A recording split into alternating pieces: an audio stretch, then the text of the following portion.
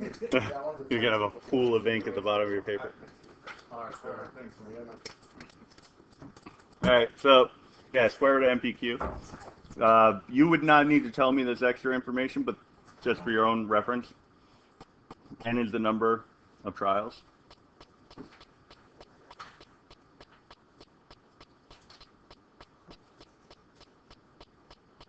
T is the probability of success.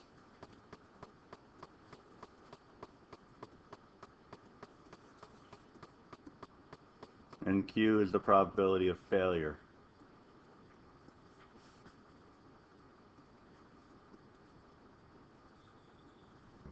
All right, number of trials, probability of success, probability of failure.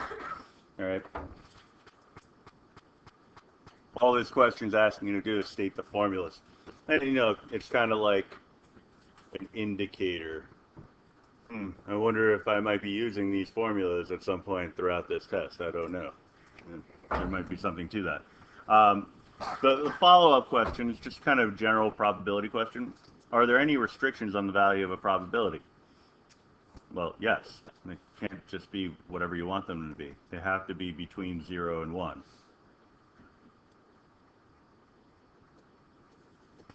If you write it in symbolic form, that's perfectly perfect. I mean, that's what I want. If you write it in words, that's fine too. You know, somehow you got to get across the idea that 0 and 1 are also possibilities. So the word inclusive might be helpful. So you might say between 0 and 1 inclusive. All right. But the notation is better, more concise. 4 conditions that need to be in place in order for something to be considered binomial, a situation. Fixed number of trials.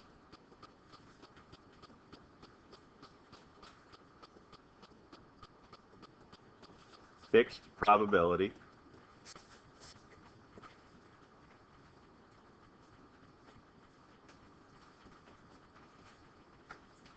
Independent events.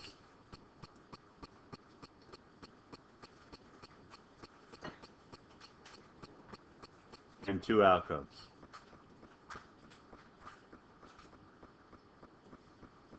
Right.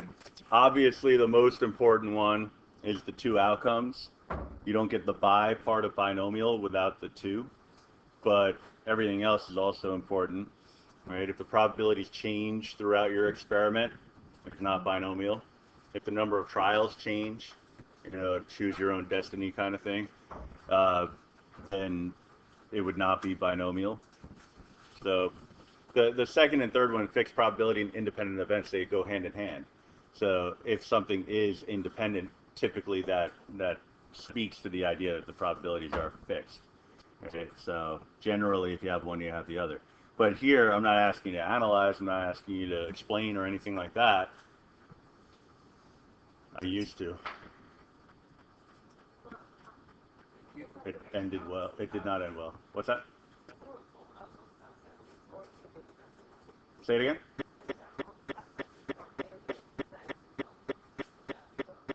Oh, that's fine. No, I didn't print them. They're all online.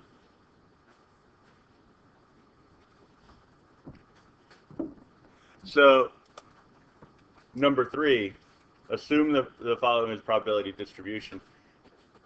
Now, on this version of the test that I gave, whenever I gave it, I don't know when I gave it, maybe even last semester, I don't know, but it says assume. Yeah, maybe you can't assume that anymore. I don't know, maybe that's the challenge. Right? We talked about this. If we have to, in order to determine means and standard deviation, we have to first make sure we're looking at something that is actually a probability distribution. So in order to make something a probability distribution, the sum of the P of X values have to be equal to 1. All right, and all that means, I mean, that's fancy notation. That just means that the column containing all your probabilities has to add to equal 1. Just again, like the first question, the shorthand notation is kind of nice because it gets to the point of what you're trying to say quickly and concisely, and I speak that language, so you know I'll understand it, right? So if you write that, it's perfectly fine, right? So in this case, it's good to go. But if it were not, and you could verify, you could add these numbers up, and you'll see that it does equal 1. But if it didn't equal 1, I would say no thank you to parts A and B, because I would not be able to find the mean and standard deviation. Although, that being said, the question would be worded very differently, because I wouldn't then tell you to find something that it wouldn't make sense to find. So it might say something like, if possible, find, and if it's not possible, tell me why. That sort of thing. But anyway, how do you find the mean and standard deviation of a probability distribution? You don't hit program, that's for sure. Stat edit, put our data in.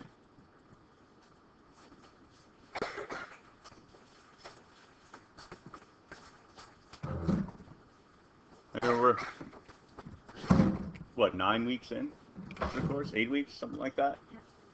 Hopefully by now you know how to put data in, right?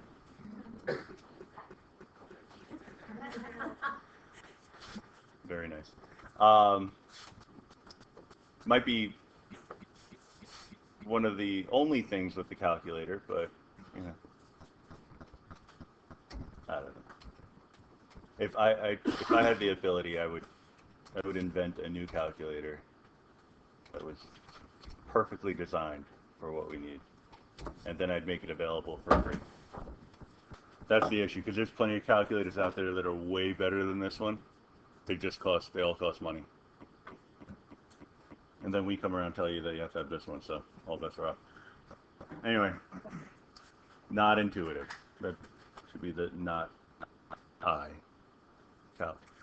So we have 2 columns of data. Make sure that it's correct, because the only way that you could screw up a question like this really would be to type it in wrong. And it hurts. It hurts real bad, because I look at your answer, I know in deep down in my heart of hearts, I know what you did wrong, but I have no evidence. I have nothing, because all I have for number 3 on this test, all I would see is the wrong answer for part A and the wrong answer for part B, and that would be it. Wrong answer with no supporting work means no credit. All right. So, and like, what can I tell you to do? Write down all the stuff that you typed into the calculator. I mean, even if you typed in the data incorrectly, you're probably just going to write down the data set as it was on the original piece of paper anyway. So, the only thing I can tell you is just be really, really careful.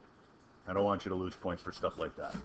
Well, I don't want you to lose points for anything, but anyway, stat calc 1 var stats. Make sure that you're looking at the right information here. We put data in L1 and L2, so I should have L1 and L2 accounted for, regardless of what they're titled.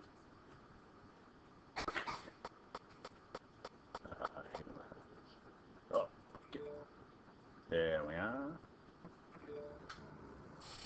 Is that me? Yes.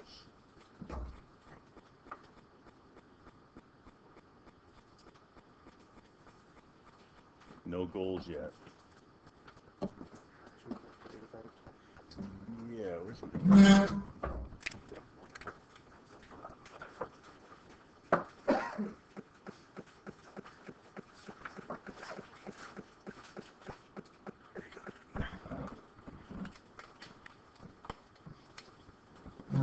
Alright, so this needs to be in your calculator.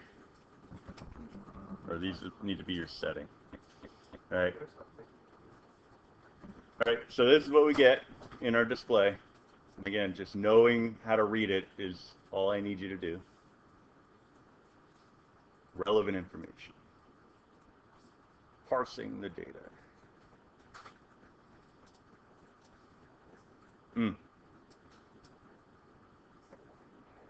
Okay, one second. So this is what we're looking at here, and I'll talk about notation in a second. Have it would be to say, oh, get out of here. This we're going to write as mu, which is that funky mu hybrid 2.89. It stands for the population mean.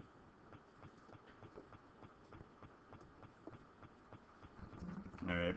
I wrote it in number 1, but I never talked about what it was. And then lowercase sigma,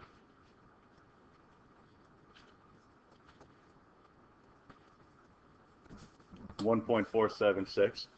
All right. Now, mu rounded. Oh, it didn't round. It is a perfect decimal value. Yeah. So there's no rounding required. So you just put it as is. This one, if you want to round it to 3 significant digits, so the first 3 non-zero decimals. But I'm just reflecting back, because I just revised the test last night. Took out some of the fluff and the nonsense.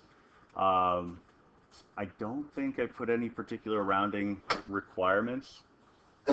But if you over-round, that's going to introduce an unnecessary amount of error, and that's never a good thing, so that'll cost you credit. So yeah, that's what I'm getting at. So it's either go to 3 significant digits, or if you're not sure about rounding, put that whole decimal.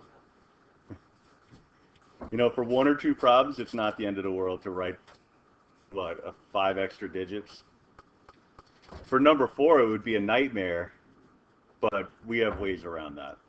Right? So a die is rolled 7 times. What's the probability that at least 5 of those rolls turn up a 4? So I'll go over the 2 ways to do it. If you looked at the answer key, you saw that I used Binompdf and CDF. Question? When you just start, you give me 3.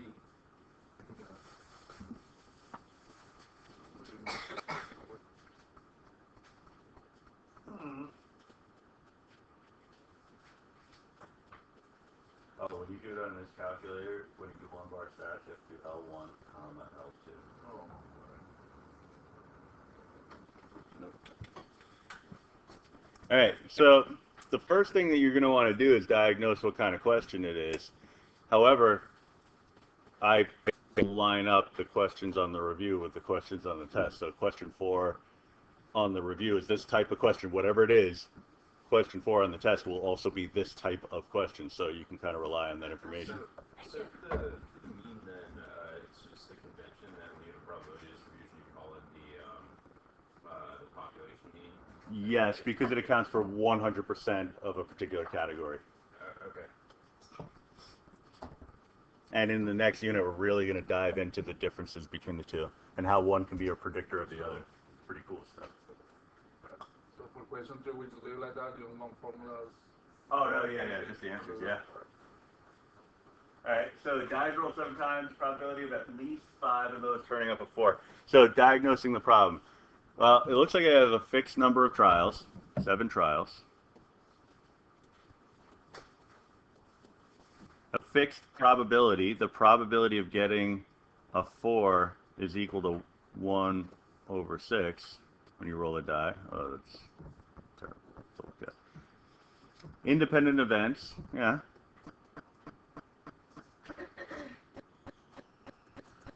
And again, that just means that if I roll a die once and get a 4, does that mean I can't get 4s anymore when I roll a die? But no, I can get 4s over and over again. All right, 2 outcomes. Yeah, 4 or not 4.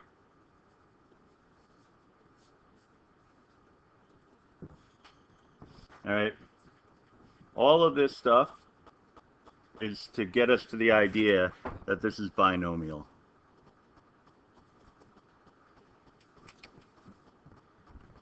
All right. So if it's binomial, then we use our binomial techniques, Binomcdf or Binompdf. All right. We generally live in the world of Binompdf. So let's focus on this at least 5 business. At least 5 would mean that x is greater than or equal to 5. But expanding that out, what that would mean would be that x is equal to 5, or x would be equal to 6, or x should be equal to 7. All right, it would account for any of those possibilities because at least 5 would be 5 or more. If I'm only working with discrete values, which would be whole number values, I wouldn't be accounting for decimals or things like that. So this would be it. And so for each one of these, I would do a Binomcdf. All right, so I do a Binomcdf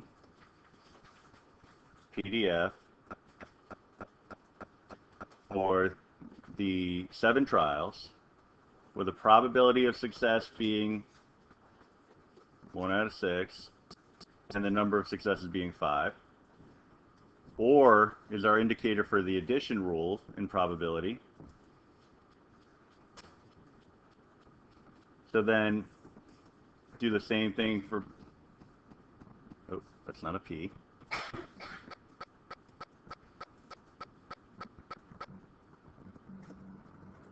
Do the same thing for a 6 and do the same thing for a 7 and add them all together. So 7, comma 1 over 6, comma 6. And then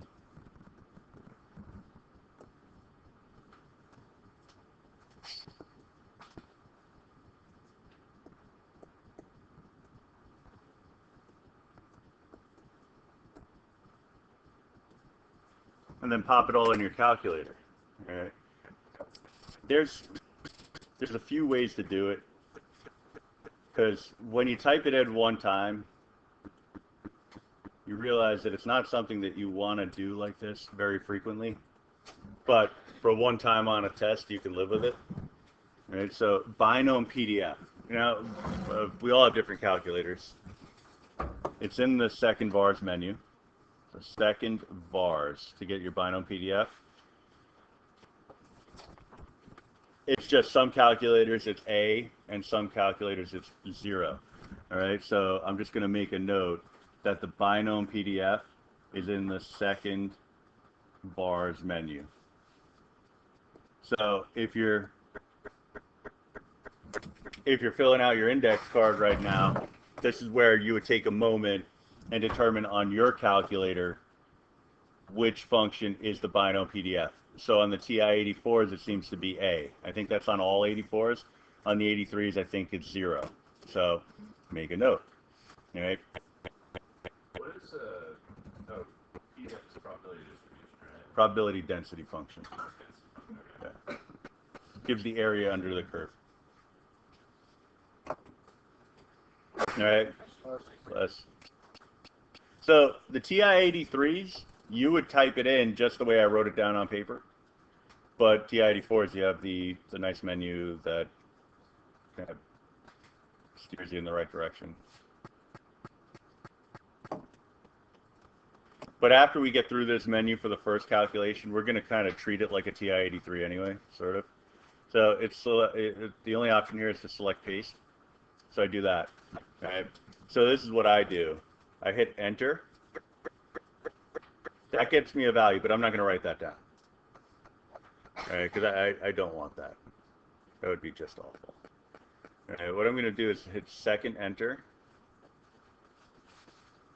plus, and then this method is specifically for the 84s.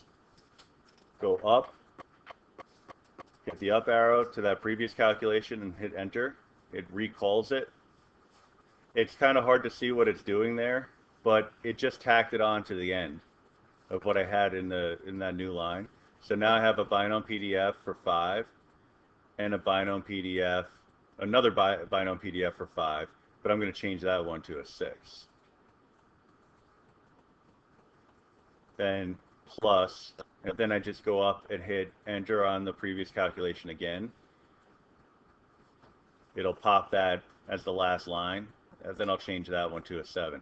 So again, because it's a pain to kind of scroll back and forth, what I do is I just hit second left arrow, that brings me right to the front, and then I just slowly scroll through and make sure that I have what I need. So I have these guys, the 5, the 6, and the 7. All right.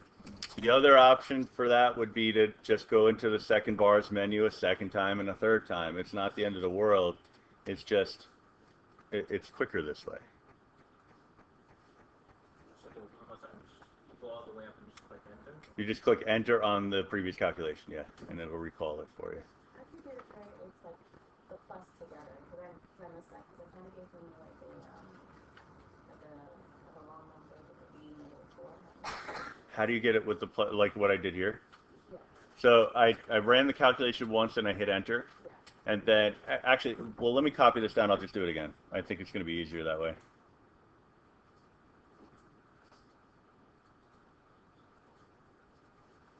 Because I don't think I have the vocabulary. It'd be like a lot of hand waving and guttural grunts. So, Binomcdf. Select that one. So the first calculation, this is the way I had it before. Hit enter, it gives you a number, ignore it. So then I hit second enter to bring it up again, and then I'm going to hit plus. Then I go up, hit enter on the previous calculation. This goes, it went, if you don't want to verify, you can just kind of believe that it happened. It did happen correctly. This went right after the plus sign. So I just changed this to a 6, put in a new plus sign, go up, hit enter. It put that after my new plus sign, change that to a 7. And then go to the end and hit enter, and it should work. All right. Did you actually use the manual for these calculators? No, that thing's too long. Trial and error. Trial and error in some cases. There were some situations where it was like, I know there has to be a command for this. I don't know what that command is. That stuff I do research, like string to equation. Like I had no idea that existed. But once I figured that out, that was a game changer. Yeah. So we have to add them all together, or do them separately, and then. If you're doing them separately, whole decimal, then add them together. Whole decimal. Don't round them individually before you put them together. All right. Math, brackets, decimal, and then add it together, and then. Yeah. Right. Keep it in its most exact form because it'll introduce an unacceptable amount of error. They have to add together. Yeah. So do you care if it's expressed as a percentage or a decimal, like the fraction of 1? Decimal, unless you're told otherwise. I'm sorry, but hold on. Let me make sure I get that. It's always preferred fraction form. It doesn't matter if you simplify it or not. If you are not, like this one is not, it's not going to be a clean fraction. If you have to be in some kind of decimal form, decimal rather than percentage. All right, so the other way of doing it would be to use Binomcdf. And some people like that method, and it's a good method. It only works for at most situations, so you would start thinking, well, how would that apply here? Let me just kind of steal some room at the bottom. It's a nifty trick. It's a time saver, but it's not required regardless of what other professors might think.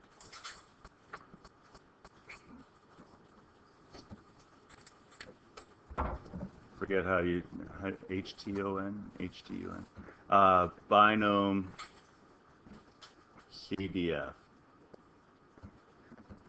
So again, if you put in the values NPX, it'll computes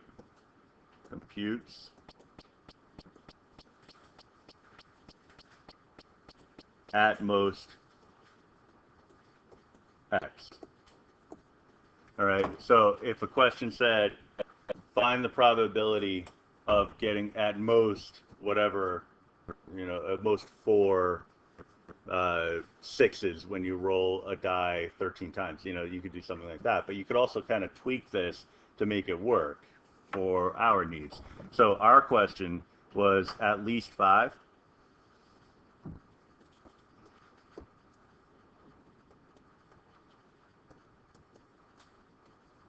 All right. So in that context, just thinking about rolling a die 7 times, the number of 4s that are possible is 0. You might not get any 4s. Only 1, 2, 3, 4, 5, 6, or 7. You might get all 7 of them to be 4s. Very unlikely, just as unlikely that none of them will be 4s. Well, actually, no, that's not true. That's way more unlikely. But it's a little less remote to have 0, all, or none of the 4s come up, then to have all the 4s come up. Anyway, it says in our question to come up with at least 5. That's this.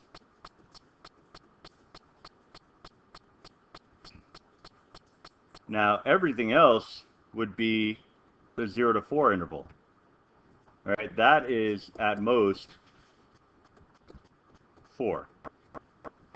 All right, we don't want this.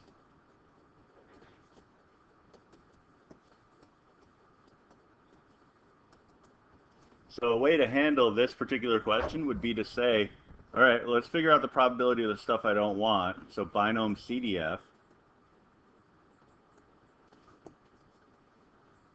So 7 trials, probability of success, 1/6.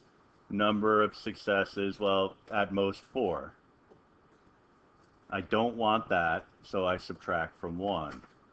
That would be at least 5.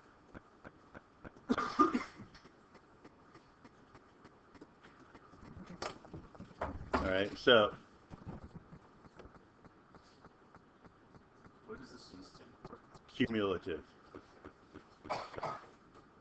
So 1 minus second vars, find the one that says Binomcdf. 7, 1/6. Put in the 4 and paste, and you get the same answer. It wasn't at most question. You could just use the binomial CDF and plug in, right? You wouldn't need the 1. But in this case, we're asking for the at least, so we're using the 1, right? Correct. Correct. Very good. All right. So, you know, that's an alternative approach, and it's a good approach. It's a little less calculations, but, you know, there's a trade-off. You know, it's like, it's more things to know, but the payoff is that you have less to do in a problem. You know, less to worry about. So if you like that, you're more than welcome to use it.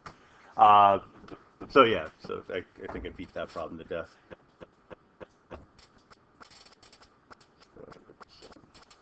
All right, next up, an inspector samples a selection of 1,500 CDs. Probability of defect is found to be 18, or 0.18. Assume this situation models a binomial distribution. Right, so fixed number of trials, fixed probability, independent events, and 2 outcomes. Determine if, I think I'm missing an and in there, and determine if 75 defective CDs would be considered unusual. Right, I was definitely typing stream of consciousness here. So let's see. N is 1,500. Probability of success is 0.18. Right, it's weird, but we're defining getting a defect as being successful. Q is the probability of failure. Q is defined as 1 minus whatever the p-value is. So 0.82. All right, those are the 3 things that we need, because in order to determine usual or unusual, I need mu, which is n times p, 1,500 times 0.18. And then I'll need sigma, which is the square root of npq,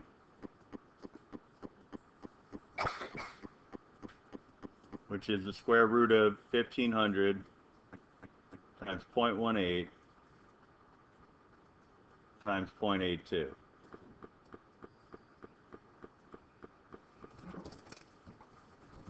So I'm just going to run those numbers.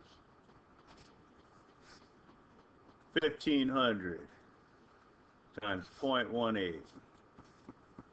So I have my mean of 2.7. Let's jot that down.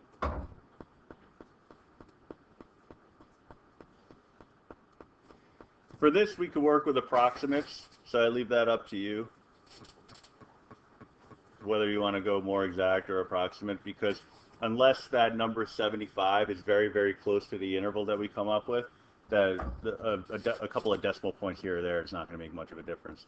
All right, so the square root of n, 1500 times p, 0.18, times q, 0.82. All right, so about 14.88. Well, that's what we're around to anyway.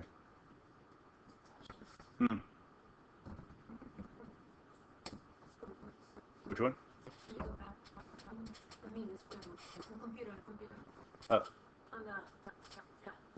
So the square root key, and then 1500 times the 0.18 times the 0.82. Real quick, I mean, the video, there, we don't have to divide the number by half and then go through the calculation. Divided by half. Right, n equals the number divided by half, you get your number and then plug into the decimal. I got the wrong one, never mind. You have to, you talking about, you're right, it's just, over there was 50/50 and over here it's 0.18, so then it's 82. No, I know that, I just the 1500, I thought we had to divide by 2, but Oh, okay. That might have been force of habit. yeah. Yeah.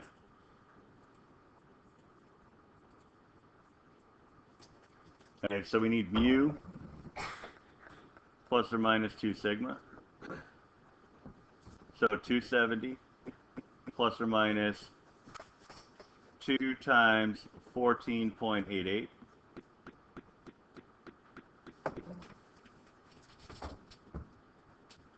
Hopefully, at this point, you know that no way 75 is going to be in that interval, just because this is roughly around 30.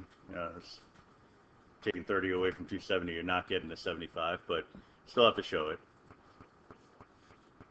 The 2 sigma is just because that sounds like an unusual number. Correct.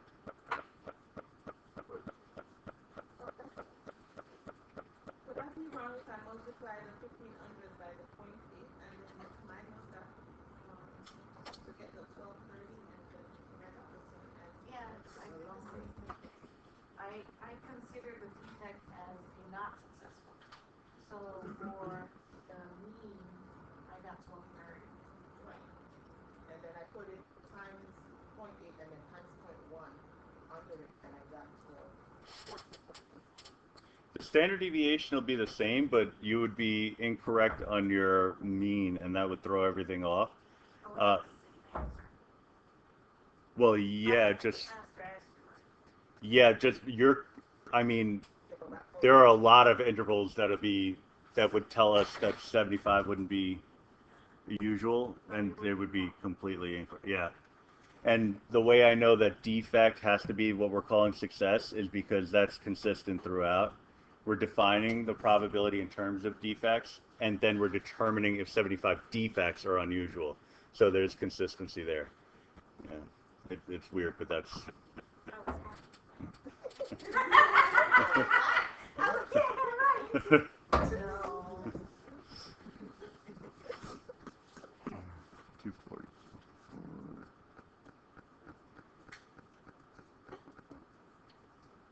They warned me about that in teacher school, that I'd be bursting a lot of people's bubbles.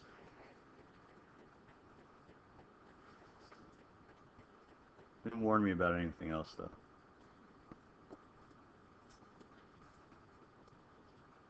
So we have our usual range, which is the 240.24 to 299.76, and so therefore 75, since it's not in that range, is unusual. And again, don't get cute with this. I just asked you to determine if it's usual or unusual. Unusually high, unusually low, I don't care about any of that, just unusual or usual. Because I've had people say, like they create backstories, they say it's unusually low when it's supposed to be unusually high, and they're costing themselves credit just because they felt the need to over-explain things, like my wife. So...